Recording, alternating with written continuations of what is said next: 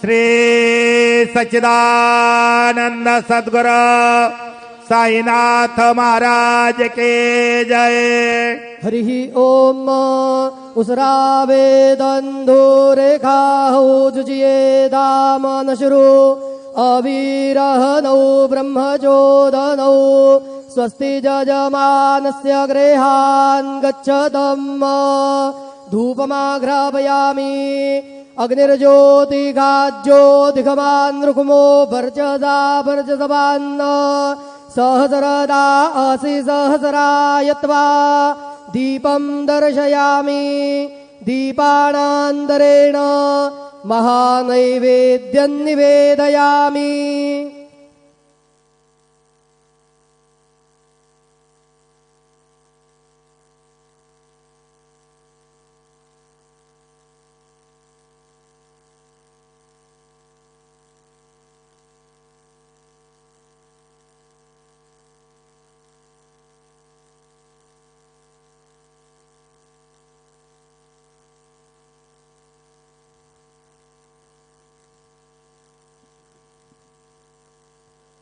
ओम प्राणदा अपानदा प्यानदा प्रचोदा बरिवोदा अन्यांस्ते असमत्तबन्धुहेतया पावको असमभ्यग्गो शिवो भव। चतुरस्रमण्डलं कृत्वा तदुपरि नैवेद्यपात्रं निधाय गायत्री मंत्रेण पात्रान् प्रोक्षयेत धेनुमुद्रां प्रदर्शयेत सत्यन्वर्देन परिहिञ्जामि नैवेद्यं निवेदयामि। ओम प्राणाय स्वाहा ओम अपानाय स्वाहा ओम व्यानाय स्वाहा ओम उदानाय स्वाहा ओम समानाय स्वाहा ओम ब्रह्मणे नमः। नैवेद्यमध्ये पानीयं समर्पयामि पुनर्नैवेद्यं निवेदयामि। ओम प्राणाय स्वाहा ओम अपानाय स्वाहा ओम व्यानाय स्वाहा ओम उदानाय स्वाहा ओम समानाय स्वाहा ओम ब्रह्मणे नमः। नैवेद्यं समर्पयामि हस्तप्रक्षालनं समर्पयामि मुखप्रक्षालनं समर्पयामि शेषोपचारार्थे प्रार्थनापूर्वकं नमस्कारं करोमि।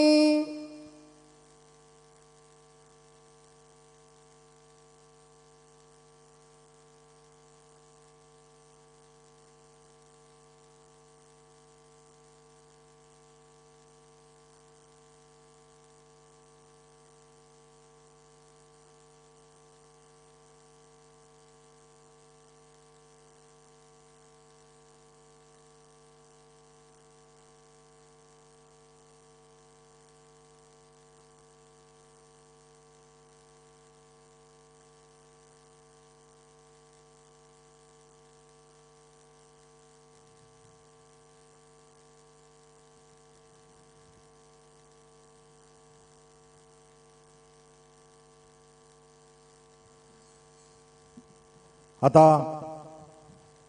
माध्यान्ह आरती सुरू होत आहे। सर्वांनी एका सुरात आरती म्हणावी। अब माध्यान्ह आरती शुरू हो रही है। आप सब एक सुर में आरती गाइए। श्री सच्चिदानंद सद्गुरु साईनाथ महाराज के जय।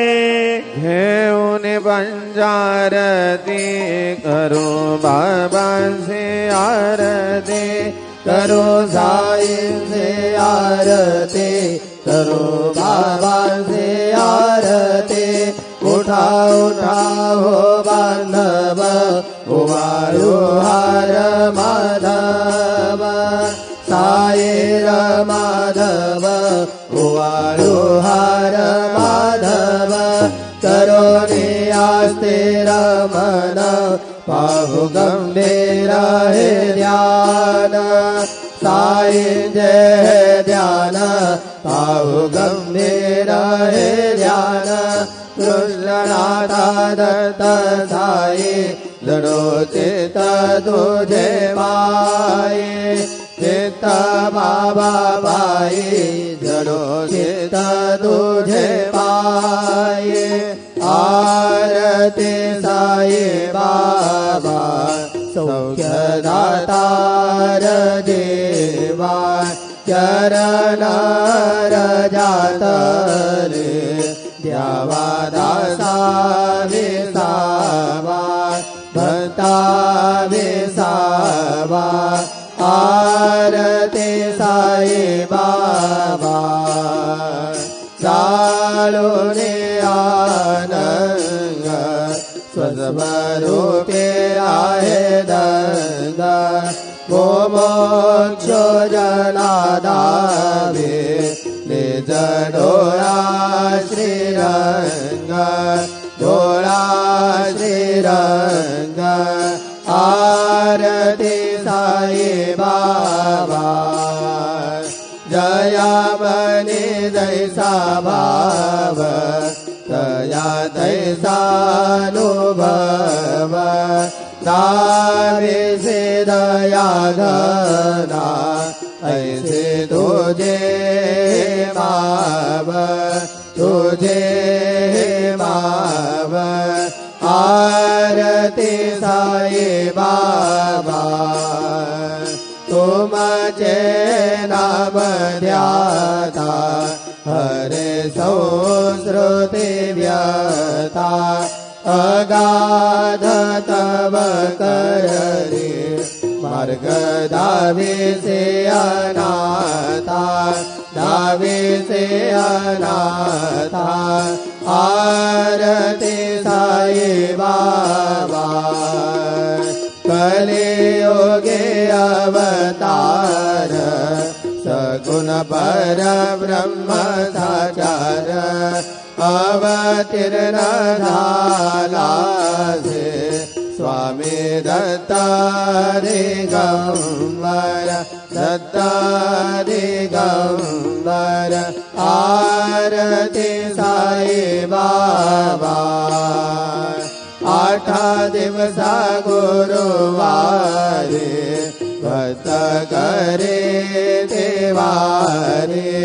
प्रभु पद पावया भव भय निवारे भय निवारे आरती साई बाबा माझा निज द्रव्य देवा तव चरण रज सेवा मागने चियाता तुम्हा देवाधिदेवा देवाधिदेवा आरती साई बाबा इच्छित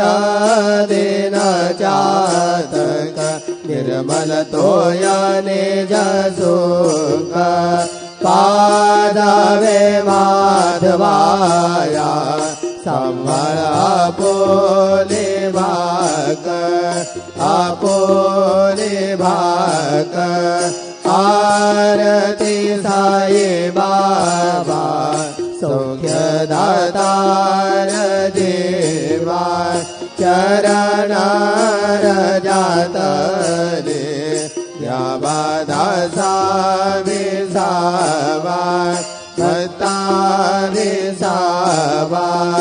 आरती साई बाबा जय देव दत्तावधूता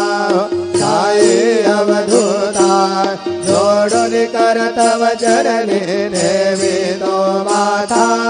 जय देव अवतर से दोये था धर्मा दे लाले नास्ते का नाये तो नाविस निज भजने नाविधिनालीला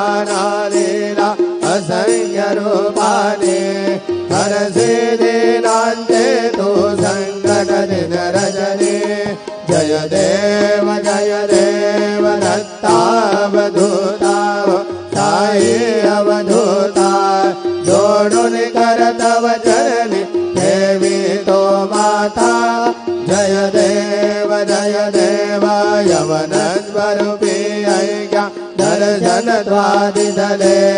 संशय निरसुनिया तद भयता गालविले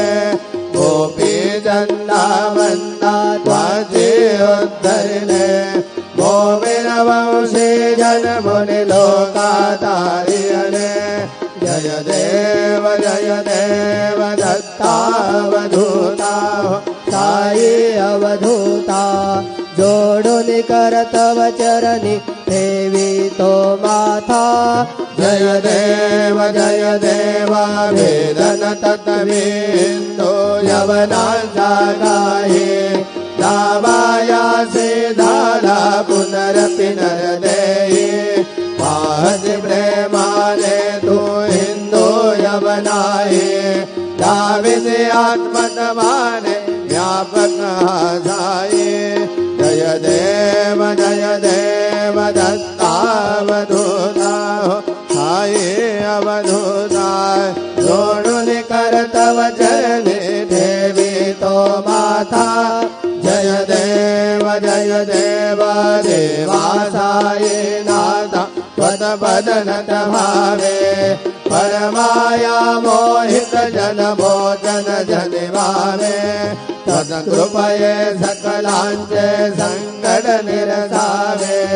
देशिल तरिते त्वत्यश कृष्णाने गावे जय देव दत्तावधूता साई अवधूता जोड़ुन कर तव चरणी देवी तो माता जय देव शिरडी माझे पंढरपूर साई बाबार मावर साई बाबार मावर शुद्ध भक्ति चंद्रभागा भाव पुंडलिक धागा भाव पुंडलिक धागा याहो अवघे जन करो बाबा से वंदन साई से वंदन करो बाबा से वंदन गणो मने बाबा साई राम पाव माझे आई पाव माझे आई राम पाव माझे आई झालिंदो डांगर वंदीन चरण डोळ्यान पाहिन रूप तुझे प्रेमे अरेंगणानंद बोध त्वमेव वालिन भदेव नाम त्वमेव माता पिता त्वमेव बन्धु सखा त्वमेव विद्या द्रविणं त्वमेव सर्वं मम देव कायेन वाचा मनसेन्द्रियैर्वा बुद्ध्यात्मना प्रकृति स्वभाव करोमि अच्युत सकल परस्मै नारायणायति समर्पयामि अच्युतं केशवं राम नारायणं कृष्ण दामोदरं वासुदेवं श्रीधरं माधवं गोपिका वल्लभं जानकी नायकं रामचन्द्रं हरे राम राम राम हरे हरे कृष्ण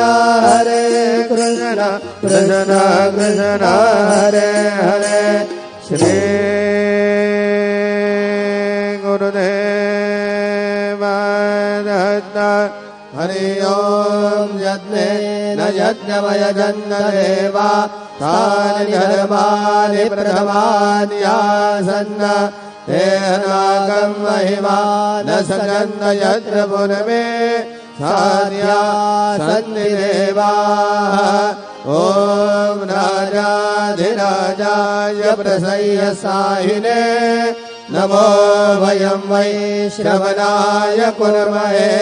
समे कामान् कामकामाय मह्यं कामेश्वरो वै श्रवणो दधातु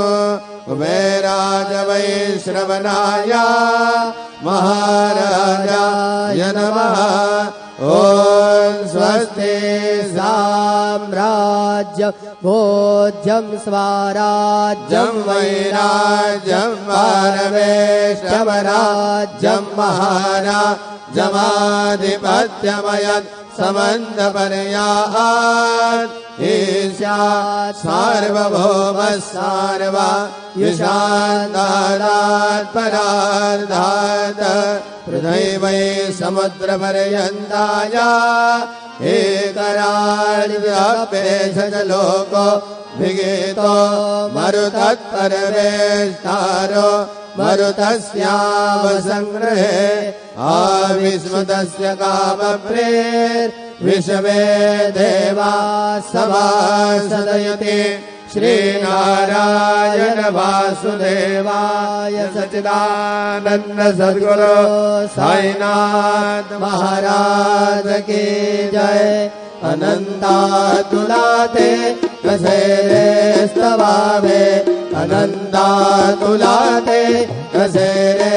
नमावे अनंता मुखाता शिनेशेषगाता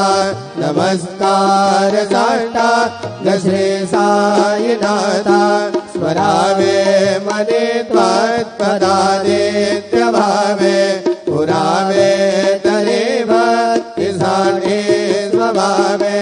तरावे जगादानुने मायताता नमस्कार साष्टा श्री साईनाथा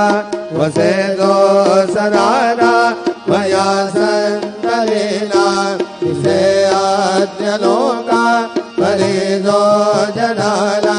परि अंतरे ध्यान कैवल्यदाता नमस्कार साष्टा श्री साईनाथा परानाथ राजन महामानवाता नरासार्थका साधने भूत साजा धरो साई प्रेमा गणाया अहंदा नमस्कार साष्टा श्री साईनाथा धरावे करे सा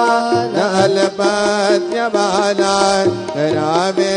अमादंड जुम्बो निगाला मुखे गाल प्रेमे धराग्रास आदा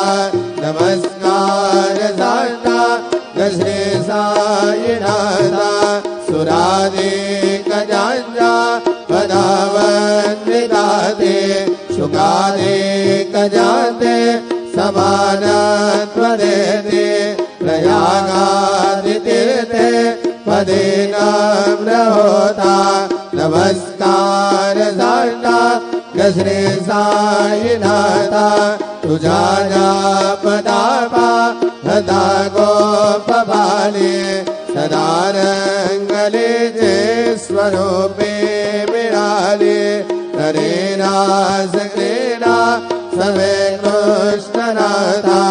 नमस्कार साष्टा श्री साईनाथा तुला मागतो मा जने एक द्यावे करा जोडितो दे नार्यांत भावे वमे मोहनेरा जहाता रिहाता नमस्कार साष्टा श्री साईनाथा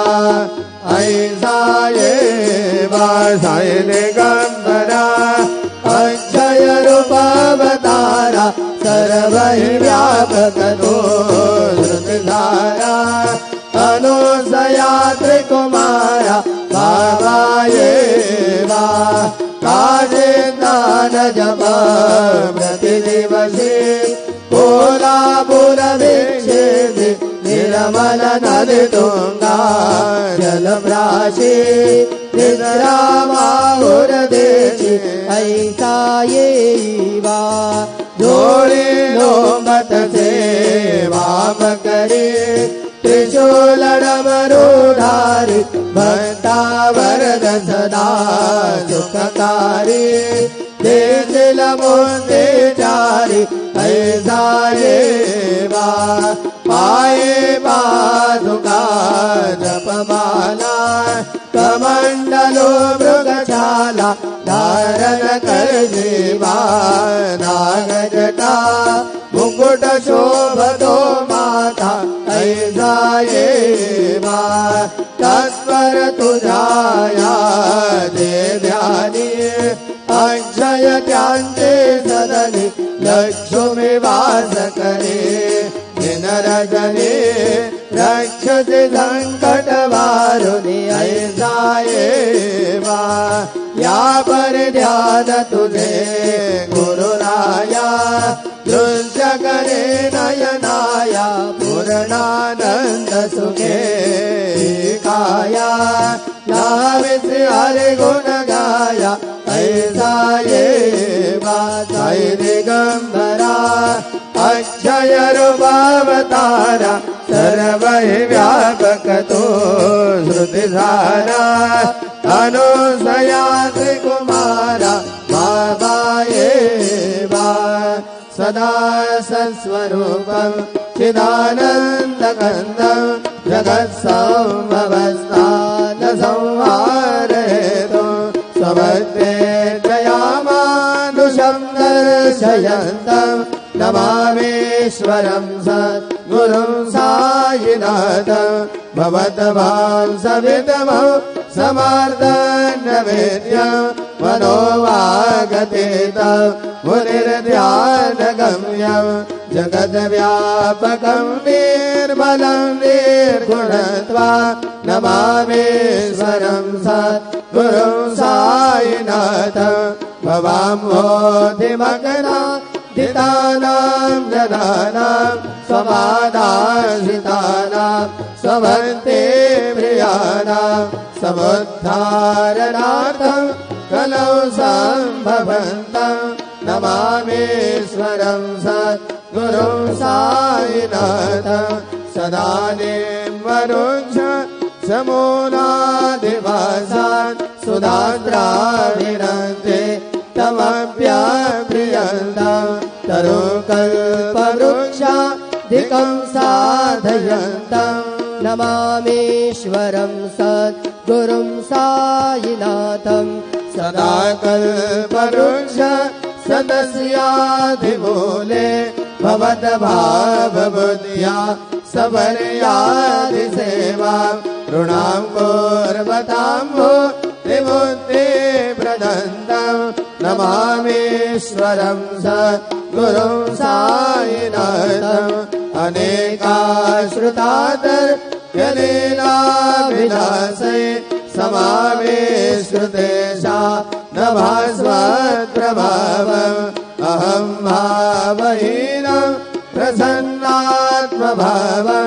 नमामीश्वरं सद्गुरुं सायिनाथम् सदा मे श्रमारा ममेवाभिरामम् सदा सज्जनैषौ स्तुतं सन्नमद्भि जनामोददम्भ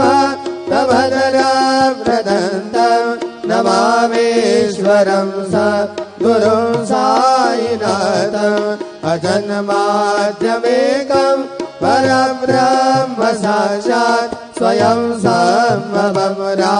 ममेवावतीर्णं भवद्दर्शनार्थं पुनीता प्रभोऽहं नमामीश्वरं सद्गुरुं सायिनाथम् श्री साईश कृपानिधे किल नृणान् सर्वार्थसिद्धिप्रदा युष्मत्पादरज प्रभावमतुलं नाथाभिवर्तां क्षमा सदभक्त्या शरणं कृताञ्जलिपुटा सम्प्राप्तोऽस्मि प्रभो श्रीमत्साई परेशपादकमला ज्ञानच्छरण्यं मम साईरूपधर राघवोत्तम भक्तकामभिबुधद्रुमं प्रभो माययोपहत चित्तशुद्धये चिन्तयाम्यहर्निशं मुदा शरत्सुधाशुं प्रतिमं प्रकाशं कृपापात्रं नव साईनाथ त्वदीयपादाब्जसमाश्रितानां स्वच्छायातापमा करोतु उपासनादे वद साईनाथ सवैर्मयोपासनिनासुतस्त्वं रमे मनोर्मे तव पादयुग्मे भृङ्गो यदाब्जे मकरन्दलुब्धा अनेक जन्मार्जित पाप संशयोत् भवेद्भवद्वा दशरोज दर्शनात् क्षमस्व सर्वा नवराध पुण्यकान् प्रसीद साई सद्गुरु दयानिधे श्री साईनाथ चरणा भृतभूत चित्ता तत्पाद सेवनरता सदरंज भट्या संसार जन्य दुरितौ धवनेर्वदास्ये कैवल्य धाम परमं समवाप्नुवन्ते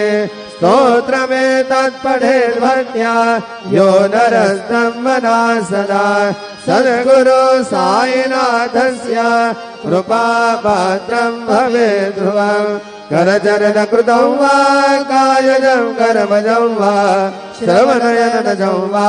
मानसं वा परायणं विहितमविहितं वा सर्वमेव क्षमस्व जय जय करुणाब्धे श्री प्रभो साईनाथ श्री सच्चिदानंद सद्गुरु साईनाथ महाराज की जय।